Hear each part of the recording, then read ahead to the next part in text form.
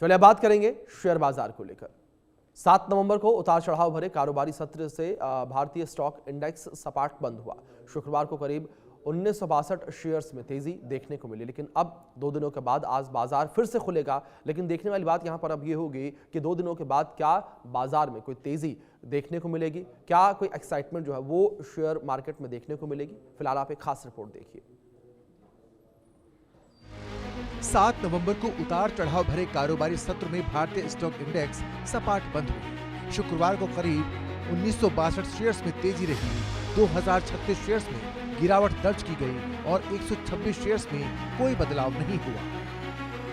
कारोबारी सत्र के अंत में सेंसेक्स 94.73 अंक यानी 0.11% की गिरावट के साथ 83,216.28 पर बंद हुआ और निफ्टी 17.40 अंक यानी 0.07% की गिरावट के साथ 25,492.30 पर बंद हुआ। सेक्टोरल इंडेक्सेस पर नजर डालें तो मेटल इंडेक्स में 1.4% की बढ़त हुई, जबकि आईटी, कंज्यूमर ड्यूरेबल्स, एफएमसीजी और टेलीकॉम में 0.5% की गिरावट दर्ज की गई। बीएसई मिड कैप में 0.2% की बढ़त रही, जबकि स्मॉल कैप इंडेक्स सपाट बंद हुआ। टॉप गेनर्स की बात करें तो Shriram finance, Adani enterprises, Tata steel, Bajaj finance, Mahindra and Mahindra के शेयर्स में सबसे ज्यादा तेजी देखी गई। तो वहीं भारती एयरटेल, टाटा कंज्यूमर, अपोलो हॉस्पिटल्स, टेक महिंद्रा और इंटरग्लोब एविएशन के शेयर्स में सबसे ज्यादा गिरावट दर्ज की गई। वीकली बेसिस पर देखें तो बाजार में लगातार दूसरे हफ्ते गिरावट देखने को मिली। शुक्रवार को 1 महीने से ज्यादा की सबसे बड़ी साप्ताहिक गिरावट नजर आई। सेंसेक्स और निफ्टी में 1% की गिरावट रही, जबकि मिड कैप और निफ्टी बैंक में कोई बदलाव नहीं हुआ। पिछले हफ्ते निफ्टी के 38 शेयर्स ने नेगेटिव रिटर्न दिया। हिंडाल्को, ग्रेसिम और पावर ग्रिड सबसे ज्यादा नुकसान में रही। मार्केट एनालिस्ट का कहना है कि निवेशकों के लिए सही वैल्यूएशन वाले लार्ज कैप शेयर्स को चुनने और अपने पोर्टफोलियो में बदलाव करने का ये सही समय है।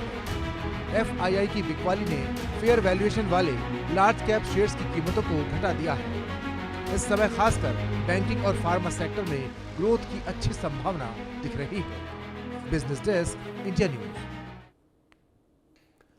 इस बीच हमारे साथ बातचीत करने के लिए इकोनॉमिस्ट आकाश जिंदल जी जुड़े हैं। आकाश जी, बहुत स्वागत है आपका इंडिया न्यूज़ पर। और आकाश जी, मेरा पहला सवाल यहाँ पर आपसे यही है कि जिस तरीके से ये कहा जा रहा था कि मार्केट में जो उतार चढ़ाव की स्थिति देखने को मिल रही है, बाजार में स्थिरता दीपावली के बाद तक आने को देखने को मिलेगी, लेकिन आकाश जी, बाजार में जो स्थिरता लोग खोज रहे थे, जो इन्वेस्टर्स हैं खोज रहे थे, वो स्थिरता अभी भी नहीं देखने को मिल रही।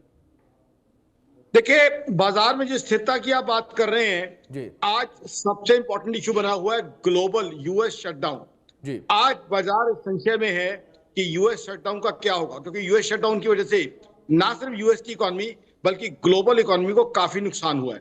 अब यूएस शटडाउन कब खत्म होगा और आगे के लिए यूएस शटडाउन के लिए क्या उपाय किए जाएंगे, बाजार इस चीज को बहुत और ग्लोबल इकोनॉमी भी, मैं कहूंगा एज एन इकोनॉमिस्ट, बहुत इंपॉर्टेंस दे रही है।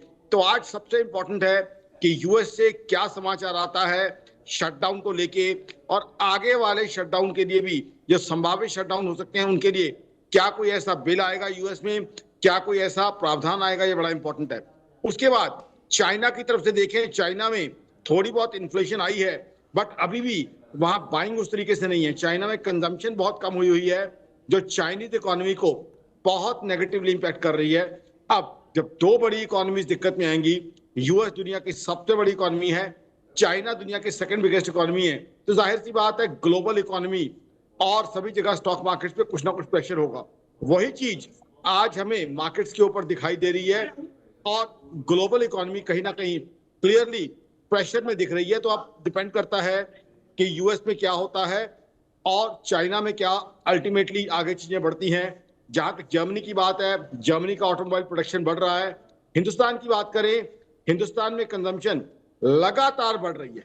देखिए, लोग ये कह रहे थे कि हिंदुस्तान की कंजम्पशन महज दिवाली तक सीमित है, लेकिन दुनिया देख रही है हिंदुस्तान का दमखम। दिवाली के बाद भी पोस्ट दिवाली मैरिज सीजन में हिंदुस्तान में दबा के बाइंग और कंजम्पशन हो रही है। मैं यहाँ बाइंग और कंजम्पशन बाजार के सामान की बात कर रहा हूँ, क्योंकि जब बाजार से सामान खरीदा जाता है तो इसका मतलब क्या है, जीएसटी कलेक्शन बढ़ेगा, इनकम टैक्स कलेक्शन बढ़ेगा, पर कैपिटा इनकम बढ़ेगा, रोजगार बढ़ेगा, जीडीपी ग्रोथ बढ़ेगा। तो दुनिया की इकोनॉमी में कहीं ना कहीं दिक्कत है। दुनिया की economy, global economy slow down की तरफ मूव कर रही है, बट इंडिया की इकोनॉमी बहुत जबरदस्त स्ट्रेंथ एग्जिबिट कर रही है, इसके बारे में कोई शक नहीं है।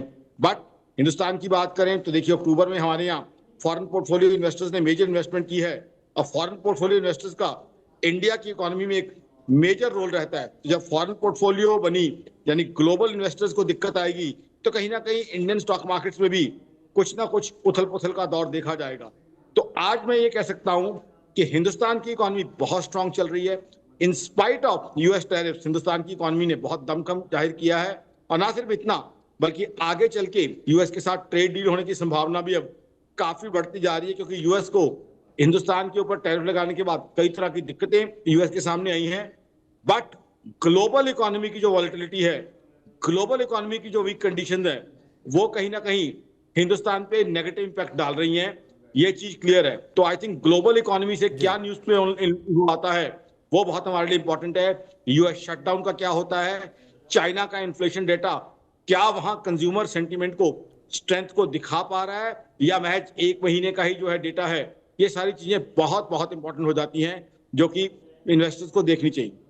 जी बिल्कुल आकाश जी, जाहिर तौर पर अब देखने वाली बात यहाँ पर यही होगी कि बाजार आने वाले दिनों में किस तरीके से गुलजार होता है। फिलहाल बहुत शुक्रिया सर आपका जुड़ने के लिए, कीमती वक्त इंडिया न्यूज़ को देने के लिए। वक्त एक छोटे से ब्रेक का है, आप बने रहें इंडिया न्यूज़ के साथ।